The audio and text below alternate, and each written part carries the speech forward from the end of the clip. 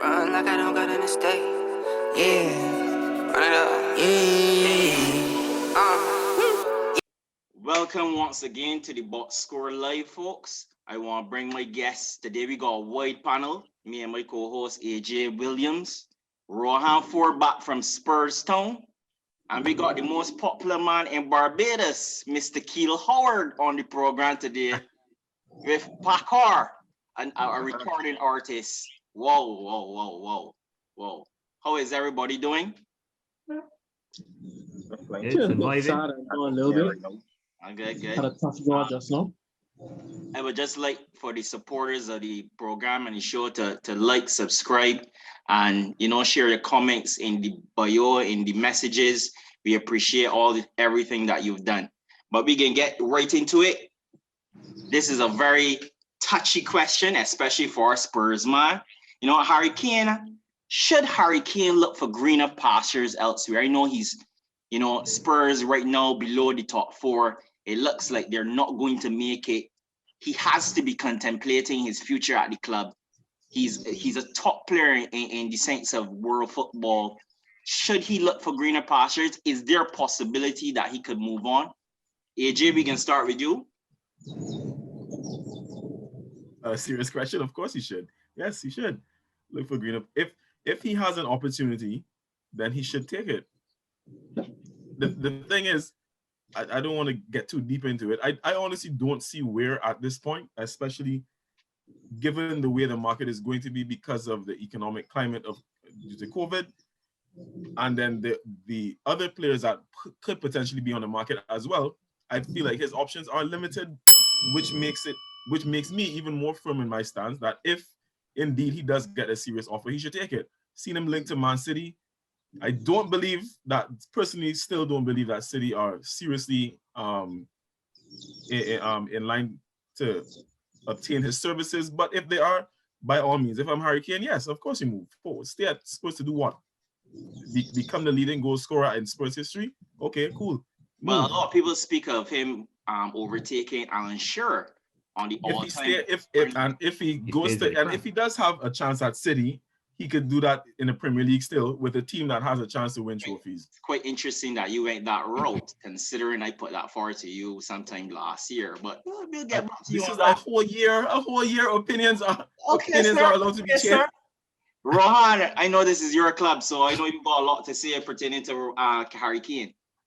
All I can say about Kane is he's been the most consistent season wonder I've ever seen. I remember the first time he landed, man was like, oh, man, everybody could hit that, man. He just doing it for this season, et cetera, et cetera. And I know what, 5, 6, 7 seasons later, he's still punching. But that being said, it is really painful to watch Harry Kane toil. He basically does everything on the pitch, from defending, passing. He also has, I think he's leading in assists in the Premier League, goal scoring. He's also a captain. I wouldn't say he's the most vocal of captains, but you could tell from his mannerisms that he is up for it each and every time. Yeah. But I mean, the reality is this: the conversation has to go something like this. Is Tottenham in the running to win a trophy within the next couple of years? Because Harry Kane is 27, he's going to be 28. So he has 2 years left on his contract. So if he doesn't move now, there's a possibility he could move next year. But it's either that or the club are going to offer him a new contract. And in fact, if I was Harry Kane, that would be how I would table it. I would say you have to offer me a new contract, making me increasing my wages, and showing me the commitment that you're going to be fighting for a trophy, or I would be considering offers. And like AJ said, I don't see where the offers come from at this stage, due to the financial climate. And Levy is a tough negotiator, so he's gonna want top dollar. We're talking 150 minimum. So it's a real tricky situation. To your question, if he should, yes, he should. Will he? Will the market allow for it? No, I don't think so. So I do think next season he'll be at home with the Spurs. I think well said. So we can go to Park. But I know Rohan had a lot to say pertaining to that. Do you think that Real Madrid, Barcelona would be in the runnings for Harry Kane? Is there a possibility he could move, or should he just, bash, just stay, become an all-time great there? Well, you always get the players saying that that was the club that then always dream of playing for. The allure of going to Real Madrid and Barcelona is like a real big thing. For me, I personally think that Kane should leave because every player wants like that glory to their name. So there's always that. But as Rohan said, in this climate, it's difficult to get the amount of money that he may have to go for. That may be the most difficult thing right now, dealing with Harry Kane. Barcelona or Real Madrid, because of the other players that are available, I don't see that happening, to be quite honest. But a season or two ago, I could see it coming into play. But right now, we can't see Kane leaving to go La Liga for like the same reasons that he would have before. I really think that he will be there next season. As much as we might debate and say that he should leave, but he's in a tough position. It isn't much that he can really do at this point. Negotiate for a better contract, and then hopefully see how things go from there. A lot to unpack there, Mr. Park. Keel. Yes, sir. Anything on Harry Kane you would like to add? I don't see him moving, to be honest, because as Rohan said, price tag is going to be extremely high. And in the current market and the players that are currently available who are way younger than Kane, I don't see him moving. There is a slight possibility of him going to PSG if Neymar and Mbappe leaves. I can see that happening. PSG probably is the only club that can afford him. Other than that, I don't see him leaving. Quite interesting that you went that route. So from my position, I think that you all are correct. Whoa, a full panel here saying the same thing.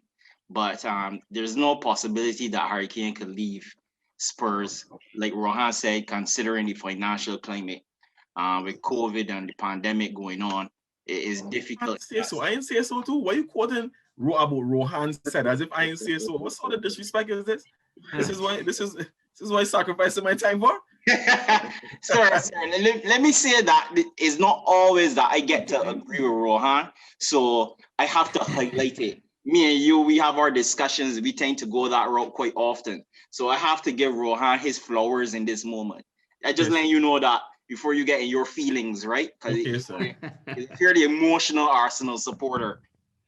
And after today, he would be unnecessary. That was really unnecessary, guys. That was unnecessary, right? but is it possible? No, it's not possible. He costs too much money for any club at this moment. Might as well just stick it out and try to become the all-time top goal scorer in the Premier League.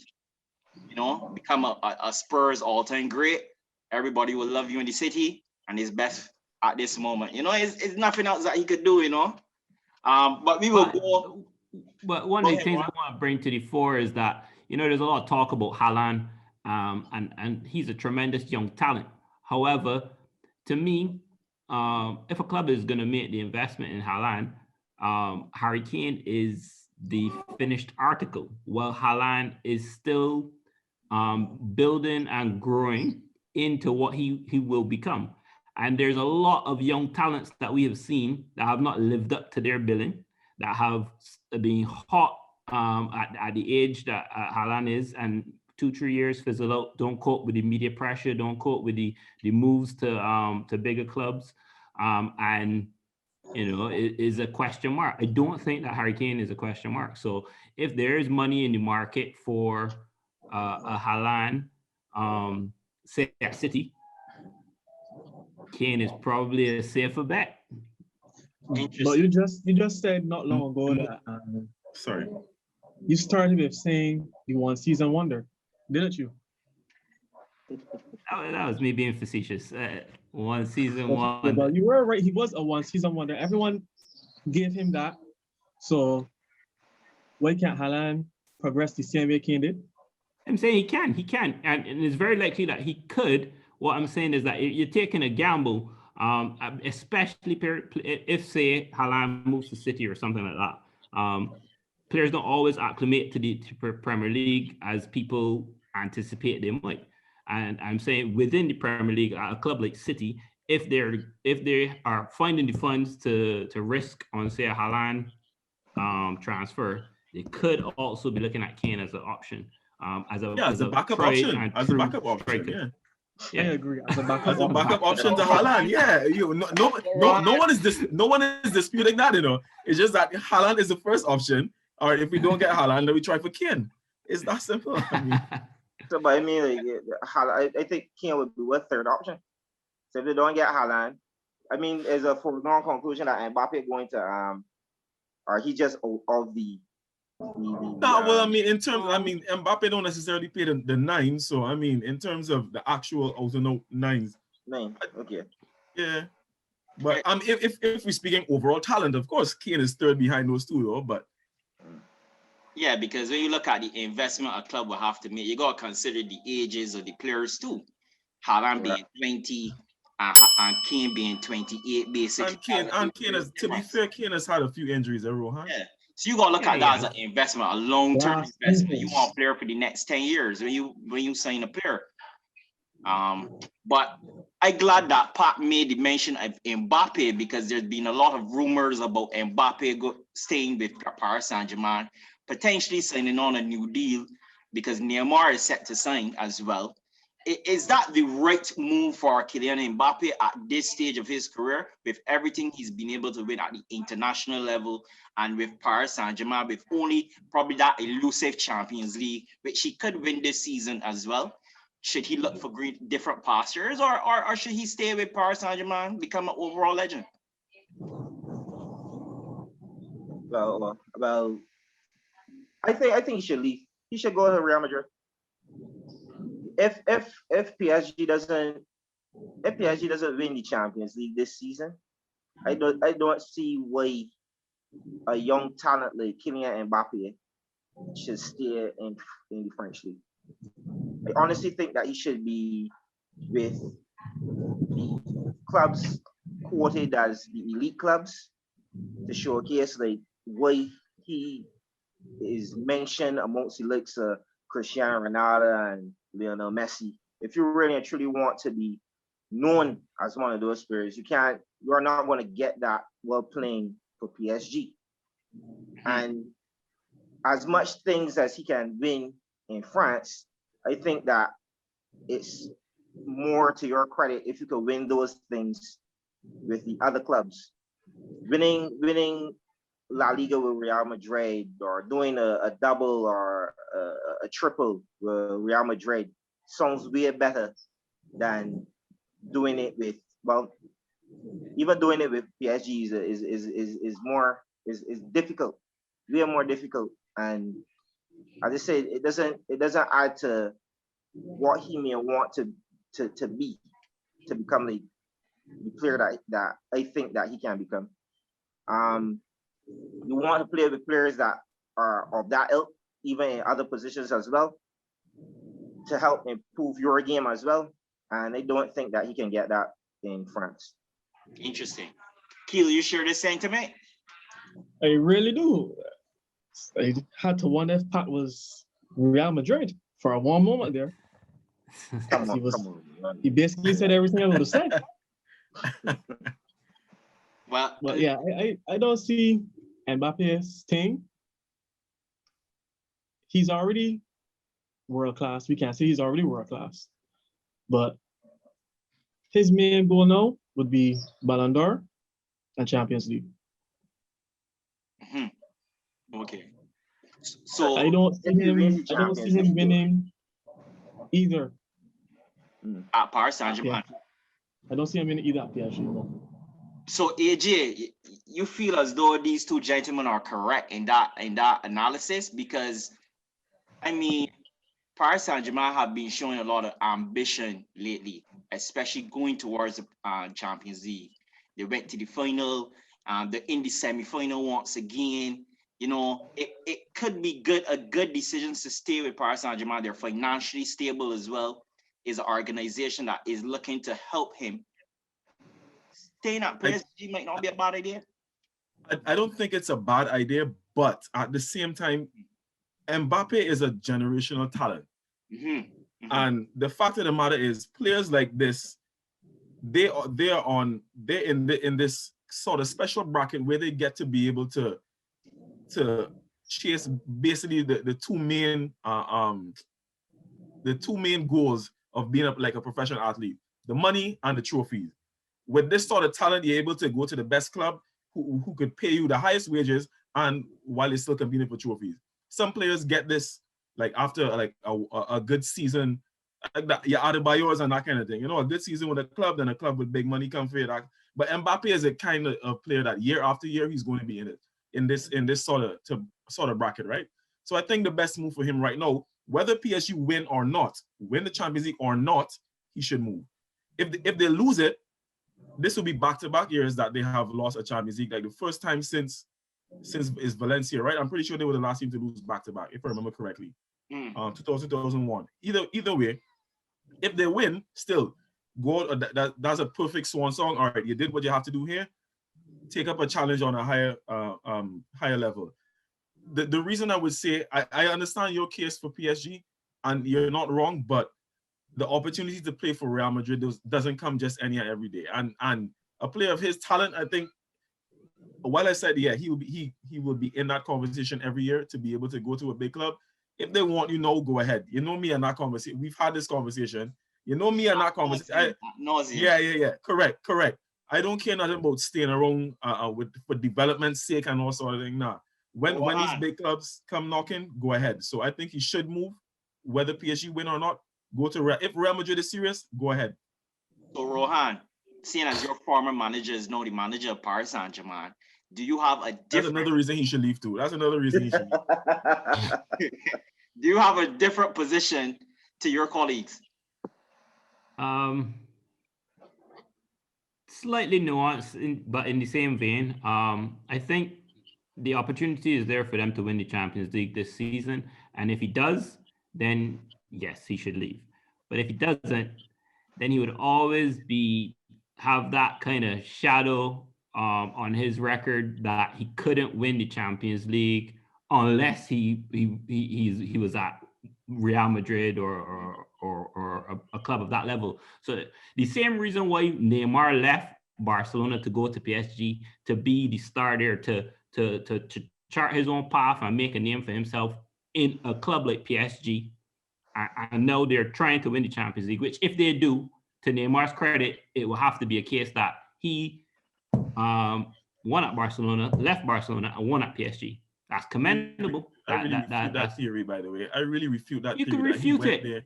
No, I know. I mean, the theory that he went there to be the man, but that's a different discussion. We'll have that. Okay, yeah. I don't believe that's the case. But the money, and all those things. Forget that part. Go ahead.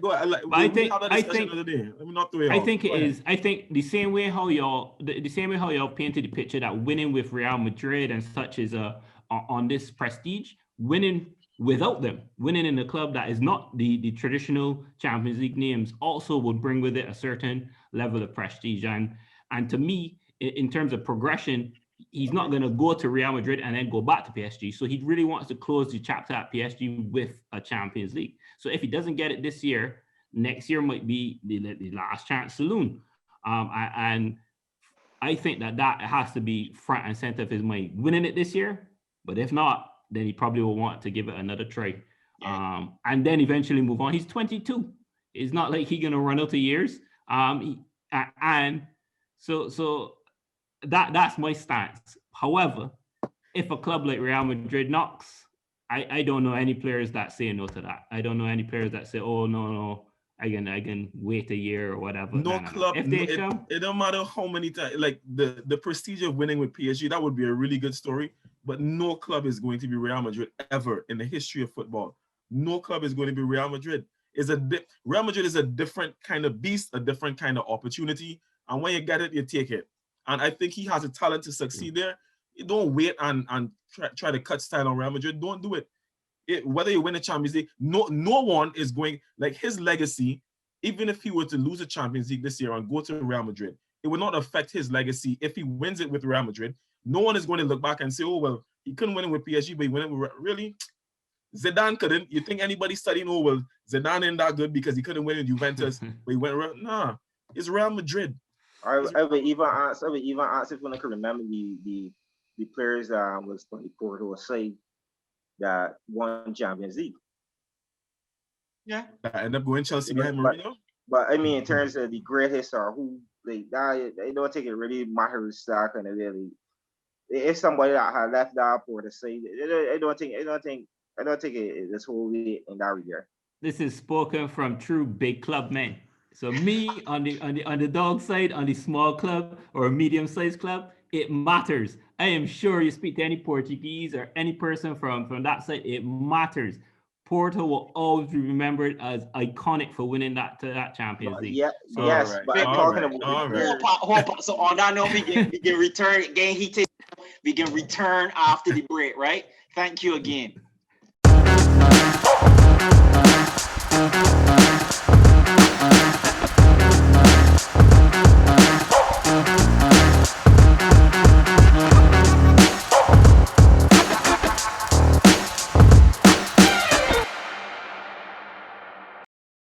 Okay, we are back. So, on to another question here now. Rohan, this directly pointed at you.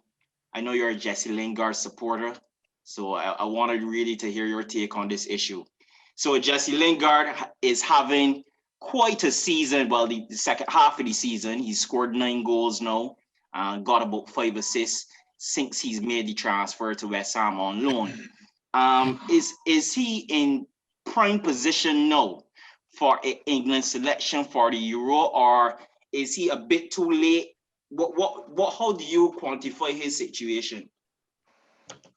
I think he's on the plane. I think he's booked himself a ticket, first class seat.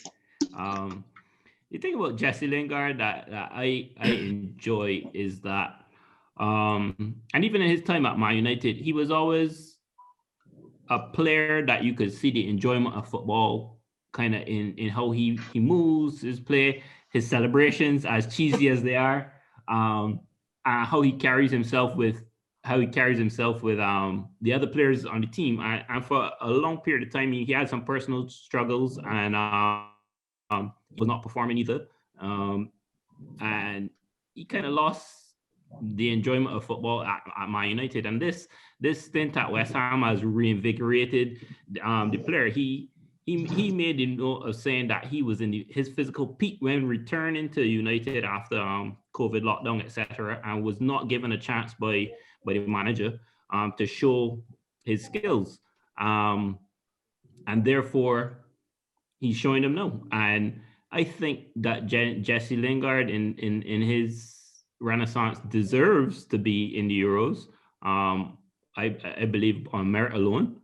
On form, you take your form and you hope that carries through over the summer. But more importantly, I can't imagine the Euros without some of those dance moves. So he must be on the plane. He must be on the plane. So Rohan, you say he must be on the plane. But as you know, there's a plethora of talent that England possess in the midfield position. Who do you see him replacing in that regard? As you know, there's Mason Mount, there's Jack Grealish, there's James Maddison, there's so many others that could be mentioned. Phil Foden, some people calling for James Ward-Prowse, Declan Rice. There's a lot of names in the hat, and some that will find themselves as mainstays in the England lineup.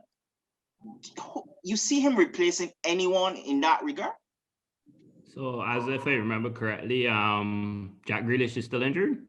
Yeah, he's injured. But he should be fit So for the Euro. should be fit for the Euros is not match fit.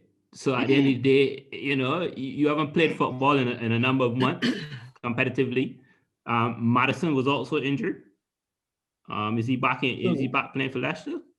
Did he play today Still against right? So these two of them, very talented players, will usually be on the team sheet, coming off injuries. The others you called Ward Prowse is a very specific type of player. At the end of the day, he's a free kick, dead ball specialist. So it depends. It depends on the manager how he's setting up his team. But if you're just going strictly on form alone, it starts with Jesse Lingard, and then the others have to fit in around. Whoa, big claim, sir, big claim. So you know what? I can ask Mr. Keel Howard, most popular man in Barbados. Sir, do you share this same notion as your colleague? Yeah, Lingard but his place already, for sure.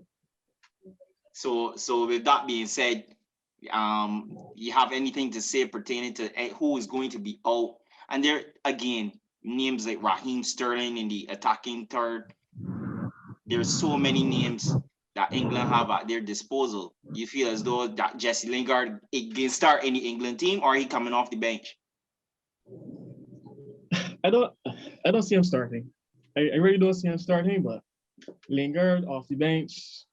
The last game, if England qualifies early, he will be there for sure. But you mentioned Foden, you mentioned Mount, you mentioned Grealish. Although Grealish is still injured, those three names, they can play straight across midfield. Well, Lingard, a winger, attacking midfielder, but he can't play as deep as the other three. I don't see him playing. I hear. Interesting. Continue. Right. I don't see him playing the role that Foden, Grealish, and Mount can play. What we are seeing now with him at West Ham is where he really wanted to play at Man United. But you know, with his star names there, that was never going to happen. Okay. So AJ, my good friend, I know you don't share this, you know, but I rely on you. What do you think on this issue? I don't think he's a guaranteed name on that sheet. I don't. You know what? You know what's the funny thing? Honestly, right? I was thinking about this, and if Dele Alli was to get more game time tomorrow and have a good run, like similar to what's this boy name? Jesse Lingard, right? Till the end of the season, where he's actually scoring goals, Dele Alli should be taken ahead of Lingard. At this point, right? England is in a situation where Southgate is under a bit more pressure to win right now because of the talent they have, the how far they've been advancing in previous tournaments and whatnot. Like Lingard wasn't even a part of the Euros 2016 team though, so he is fighting for his place based on form. While I understand that completely, I think there are other names, and you call some of the names that I like. The fact that he wasn't there and Lingard is how old? Somebody, I don't even care to research it now. Someone tell me. 28. Good. Yeah. There we go. He's 28 years old. He wasn't a part of the last of the Euro 2016 team, like I said. So if you were to leave him out for someone younger or someone who was actually in the last team, I could completely understand. But at the same time, if he continues this form and Gareth Southgate does take him to the team, I get that as well. He won't start. Definitely won't start. He shouldn't start, but Keel, talk to me, Keel. What are you saying, Keel? You say he didn't make the last Euro 16 squad, but Foden, Grealish, Mount, they were even England mentionables. No, you're right, but they're younger. I'm saying so that's my point. Lingard is 28, so the last Euros he would have been, this is what, 2021, he just turned 20 either way, so last Euros he would have been like 23, 24. If he wasn't in the Euro team at 23 or 24, like I don't see the sense in taking him now. Like that's why I said Dele Alli, because Dele Alli was actually in that team. Not a good argument. I feel like AJ. pardon? Not a good argument. What about Vardy? Vardy entered No, the no. You team see, late. you see, you could try to carry this argument all around. I'm just saying. I'm talking about including someone who was not there. I'm saying I would completely understand if he were omitted for someone younger, essentially. When it comes to the names who have or if it's someone around his age, someone who's already been there. Because all right, so let's say he was to drop a little form or whatever, and the last place that the last position was to come now between him and Sterling, and Southgate had to choose. I would still take Sterling before him because Sterling was there at the last tournament. When you haven't played, Sterling has been terrible this season, but still, I would take Sterling. You have to play at these tournaments to be able to win it. You're not going to carry a bunch of men who haven't won it before and then automatically win it. It don't work like that. You need the experience of having been there to win this kind of tournament, in my opinion. No, I'm not saying Lingard is not good enough. I'm just saying the cards have to be in his favor. Right now, I don't think he's an automatic seat on that plane. I think there are other names. I would understand if he was left out, but at the same time, if he continues on the form that he's in, I get why Southgate would want to carry him. I just don't think he's automatic because he's not a starter. He's not a starter. Jermaine. The government, oh, okay. Yeah, the man is get real funny with this thing. I think the head name that when I'm forgetting, or about when I'm mentioning it, but when I'm realizing is Southgate. And Southgate's way of thinking in terms of calling up some of these players. And I think that is going to really and truly play a big factor into this whole Lingard conversation, because as good as he plays with West Ham and his form has been lately and stuff, and yes, it's going to make an argument for why he should be selected. But as we said earlier, who will he replace? Does Southgate trust him enough to call him up? Obviously, I don't see him as a starter either, but does Southgate call him up to even be one of the players to go to off the bench in order to win a game? Southgate really and truly. Important point, Pop. I would say Southgate, he would have a decision to make, but I don't think Southgate is going to call him up. I don't think so. Because to kind of piggyback off of that real quick, right? As much form as Lingard has been in, he's only come off the bench for the last games that England have had. I think, so he started against San Marino, and then the last two games were Poland, and he came off and Albania. Off the bench. Right. And Albania as well, if I recall. Yeah. So he came off the bench. So it's not like at this stage he's even a definite starter in the team. So that's why I don't feel like he's definitely going. And that's kind a of early team to tell. So that's a team without James Maddison and Jack Grealish. I truly believe if they were able to come back in time, that it would make it more difficult for Southgate to not choose them over Lingard, because they have sustained a level of consistency for a period of time in the Premier League, while Jesse Lingard really and truly just finding his feet with West Ham. So it does become a difficult situation, especially for the manager with the pressure, because there still is odds-on favorites with France to win the Euro. So these decisions are very, very key and critical to their overall success. So I know, Rohan, you feel as though Jesse is a first name on the team sheet for that plane, but I have to disagree with you in that semblance, right? But you know, time will tell. Time will tell. Time will tell, definitely. Ain't got that long to it. Time will tell. Also, it depends on. Southgate has to make his mind before Euros what formation he's going to play, because we were saying Lingard, but Lingard along with somebody else could be left in England, you know. There will be some fanciful names that we will say, "Whoa, I can't believe he's been left off the plane." Some other big attacking name is going to be left. That's happened every competition. We are saying Foden and Mount and these guys, but there's still Rashford.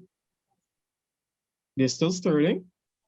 Rashford should go though. Starting Sterling for should England, go. They I both don't should see go. why he leaves off I Sterling. don't see how he would leave out Sterling. I don't Rashford see should I go get too. that. Rashford should go Which too. is why this next part, this is a part of the question, right? Because Sancho hasn't been particularly good this season. You know, he's been good in spurts. One should say he's been injured a lot. inconsistent. Is his place in jeopardy, and is Jesse Lingard the guy to take it? No. England doesn't have one good right winger. Jermaine, I see you hold on your head, so clearly you disagree. No, I just listen to the key. I just listen to the cue. Sterling cannot play on left. For the love of his own life, he cannot play as a right winger. He needs to play on the left at that thing. That's who's this? You said sorry. Sterling. Sterling. Okay. So that's Rashford Meanwhile, and Sterling off the left. Correct. So, that's what I say. It all depends on the formation Southgate uses.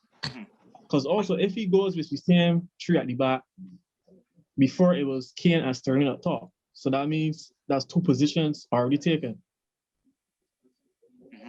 But you know, Foden has been utilized in various positions as well. Right, that's what I said earlier.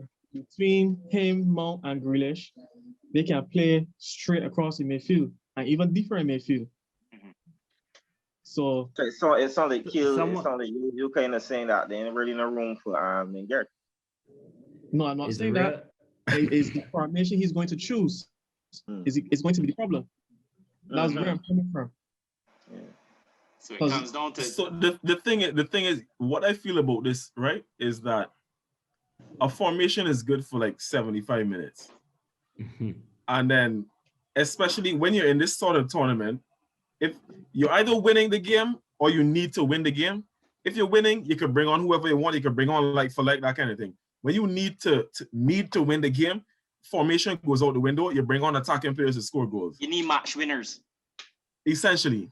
So I mean, if you said the question is between Sancho or Lingard, if that was the case, and because the thing is, for me, neither of them starts, right? So if I'm looking for a match winner, like if we were to be doing it right now at this point of the season, I would take Lingard over Sancho. I know I just berated Lingard a little bit, but I'll take Lingard over Sancho. Sancho will have his time, but you want the man who's in form. You want the man who coming off the bench could still give you something. Yeah, I would take Lingard at this point because you're more likely bringing one of them off of the bench when you're abandoning your 3-4-3 or your 4-3-3 or your 3-5-2, whatever the case is. You're bringing him off the bench because you just need more attacking players on the field to score. So in that case, I think you give Lingard the nod because coming to the end of the season and based on his age, a little bit more experience, he could be the one to get that late goal for you as opposed to Sancho. And Sancho is a very good player, but he has his time. He has his time coming. If we're choosing between the two, I'll take Lingard. So earlier you said mentioned about the age and not making Euro 2016 before. But so you didn't listen to what I just said. So are you saying he's contradicting his own statements? He is. So he's coming off like a hypocrite, sir. No, yes, I'm not. Like I said. Hold on. Let me finish it. Like I said, neither of these guys are going to start. So they're going to be coming off of the bench in a situation where they need to just score. The team needs to score. You don't after like 75 minutes and you need to win a game, you're not considering any formation. You're just bringing on attacking players so that the ball can get pumped forward and whoever is the most likely to score will score.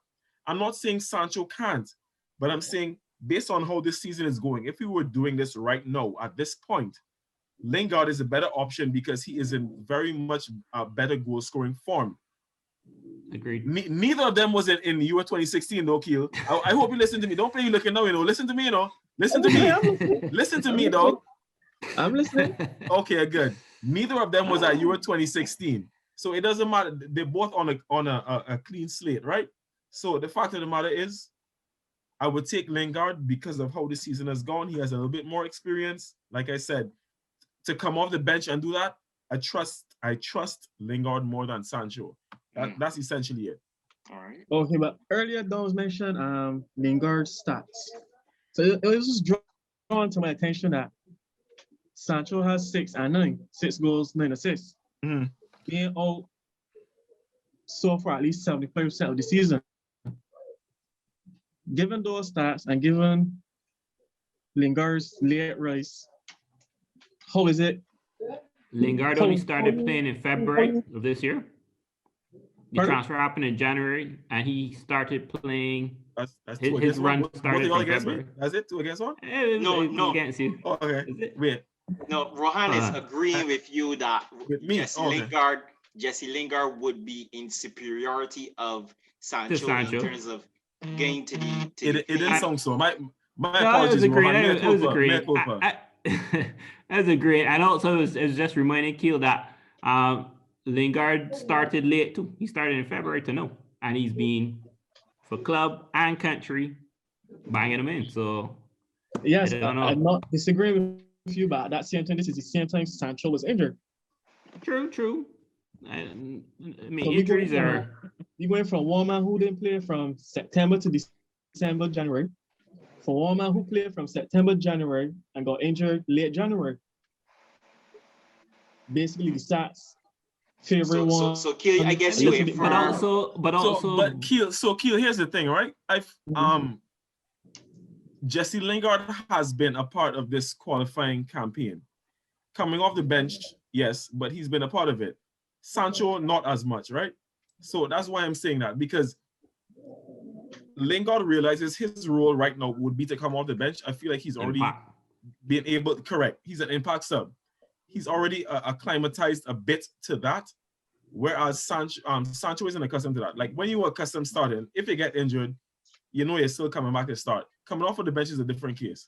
Yep. When you have to get into the feel of the game and everything, and especially as a younger player, you could be more intimidated by that. That's so a good point. I still stick with Lingard in that sense. Like Lingard has been coming off the bench in the last couple of games for England, so I would still give it to him. All right.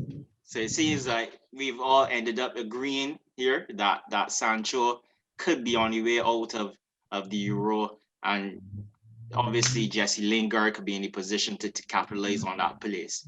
But we will go to the Europa League. Unai Emery has reached the Europa League semifinals more times than any other manager in the competition's history. Is this where I say my league? No, Champions League sites. Well, shut up.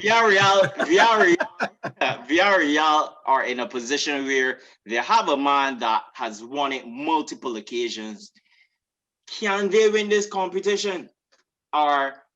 And as you know, Manchester United still feel as though they could be favorites heading down the line of the semifinals against AS Roma. Villarreal against Arsenal, his former employers. Who do you see as winning this competition? And what positives do they present? Keel?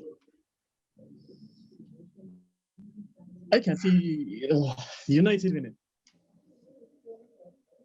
United? Once United has their battling sorted properly, I don't see anyone beating United. That was very firm in your statement, though. You haven't given a chance to Emery and Villarreal as a Spaniard. I feel like you've done us a disservice here, sir. You know, Keel don't care about nobody else in Spain, or Keel does not care about anyone else in Spain. Don't get tired. Don't get tired, AJ. When you watch Villarreal against better opposition, they really don't impress me. Okay. They really Fair don't. So to say, yes, Emery is at the helm. He can't get them there, but if they come up against United in the final, I don't see them beating United. Discard Roma. Yeah, he just doesn't see Roma. I think that it. I don't know. I think that it really depends on which Arsenal show up, because Arsenal, as you know, is a team that will be hot and cold. Bear in mind, this is an Arsenal side now without Lacazette and Pierre. Yeah, fair. But you know, Arsenal just sometimes they seem like they're fired up and well drilled and stuff, and then other times they just seem like a ship out to sea. So while Emery's experience will come into play at this stage, I do think that Villarreal is a lesser side than some of the sides he's carried to the finals in the past. Um, and that will be, it would be them. I would have to give them the Tigers the underdogs in this circumstance for me. So you have Manchester United to win the competition? I do have Manchester United as the favorites. I think they're in the best form at the moment. They have the structure, and it would be for them to lose, basically. Pop, I know you don't share this same sentiment. As a man has watched Villarreal consistently, I know you feel as though Emery does have an opportunity to win another Europa League trophy. Well, what we got to remember is that this cup competition, right? Yes. So as much as we talk about league form and who playing well, we know when it comes to cup competition, Emery does switch the tactics a lot, especially when it comes to depending on the opposition he's playing against. Villarreal may not be the most consistent during the league or during the season, but with Emery at the helm in this competition, you're really and truly, you can't count them out. I would have gone with Arsenal, but depends on who's playing, because injury wise, and as I said, if Lacazette is there, maybe you get what I'm saying, but you have to be very careful with just discrediting or discarding Villarreal, because as much as we said that Manchester United may look the most like, I don't know how they are going to do even in this upcoming semifinals league. They had a easier play with Granada on the way through, and if I go on form, then yeah, you would probably sell Manchester United. But I honestly think if whoever wins between Villarreal and Arsenal will win Europa League. Very nice. Yeah. I appreciate that take, Pat. AJ, I know Arsenal are involved. I know Villarreal are part of the reason why you would have some sort of argument towards Emery. But can Roma win it? Can Manchester United? Who you got? Why are you putting me in this kind of position? you know exactly what I should say. Let me start off by what I should say. Arsenal are going to beat Villarreal because we have the better history against them in Europe. By check circa 2006. Yeah, here we go. We have a Champions League semi-final. We have that, and then we're going to play United in the final, who we beat already this season, and then beat them. That is my Arsenal answer, right? That's my Arsenal answer. Let me be a bit more straightforward here now. The reality is, I know Unai Emery has a record in this competition. The one team he failed with was us, and it still took you far in the competition, though. He did, which is the same thing he's doing now with Villarreal, and I give him credit for that. But I don't like, to me, none of these four teams is in, like, if they were to be in a final four in the Champions League, I would have them to be the team to get knocked out the worst, right? So it's kind of a toss up here as to who could win this, right? Especially in my tie with Villarreal and Arsenal, I feel like it comes down to those 2 days. Obviously, I want my team to win. I want my team to win, but Unai Emery has the record, but the last time he didn't do too well out with us. I believe that United is going to win, going to beat Roma.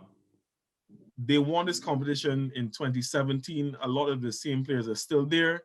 I believe that they still have, never mind, I don't have that much faith in Oli, but I have some faith in the players and Paul Pogba. Rohan, don't say nothing. But but I have faith in this team to make the final, and no, not faith, that's the wrong word. I believe based on history that United can make the final, and if they make the final against Arsenal, I hope they lose. But obviously, I mean, realistically speaking, I feel like they are the most equipped to win this competition. Do you think that Emery, having an intimate knowledge of Arsenal, who again hasn't changed too much since under him, could know what points to pick, which specific pressure points to focus on, and set up his team to suit?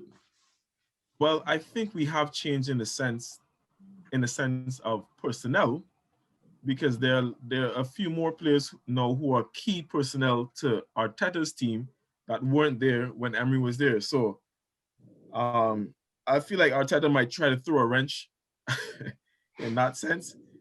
The man loves to tinker, so I wouldn't doubt that he would try to throw like a wrench in Emery's plans, and So like I said, I feel like it's all in all it's down to the day. It's really down to the day.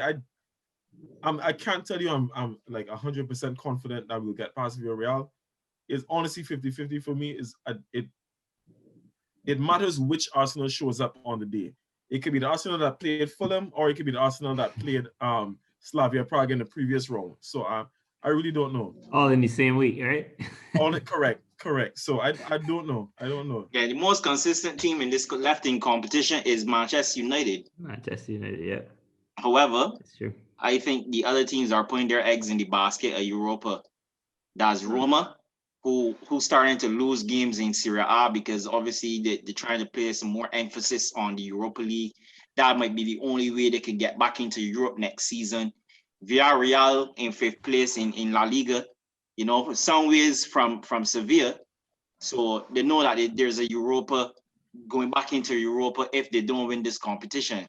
Manchester United 2nd, so they know that they're in Champions League next year. So there's a lot riding for these teams financially and in a positional sense to get jettison into the Champions League. Villarreal understand this, Roma understands this, and Arsenal has to understand this because they ain't in nothing next season at all. Without this, unless we're in the Super League, trophy. Unless we're in the Super League next year, ain't nothing. Yeah, I mean, but, before the draw today, I was actually joking that Arsenal might pass Spurs in the table, and St. Tottenham's day might happen. Well, this guy.